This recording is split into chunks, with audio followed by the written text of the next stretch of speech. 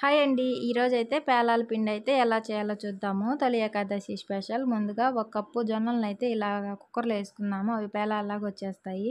ఒక కప్పు శనగలు, ఒక కప్పు ఒక గడ్డ బెల్లము.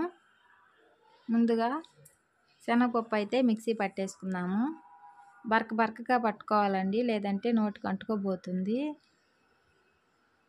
ఇందాక జొన్నలు ఇలాగ పేలాలుగా వచ్చేసాయి. ఇవి ముందే కడిగి ఆరబెట్టుకున్నాను. ఈ పౌడర్ కూడా ఇందులోకి యాడ్ చేసుకుందాము. తర్వాత ఒక కప్పు బియ్యంని ఏగిచ్చి దోరగా పొడి చేసి పెట్టుకున్నాను. అది కూడా దీంట్లో కలిపేసుకుందాము.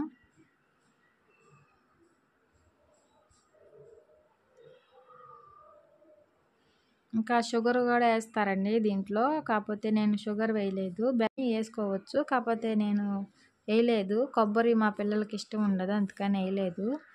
ఈ మూడిటిని బాగా మిక్స్ చేసుకుందాము. తర్వాత ఒక టేబుల్ స్పూను యాలకుల పొడి అయితే వేసుకుందాము. ఇంకా జీడిపప్పు, బాదం పప్పు అవి వేసుకునే వాళ్ళైతే వేసుకోవచ్చు, నేను వేయలేదు. బాయ్. లైక్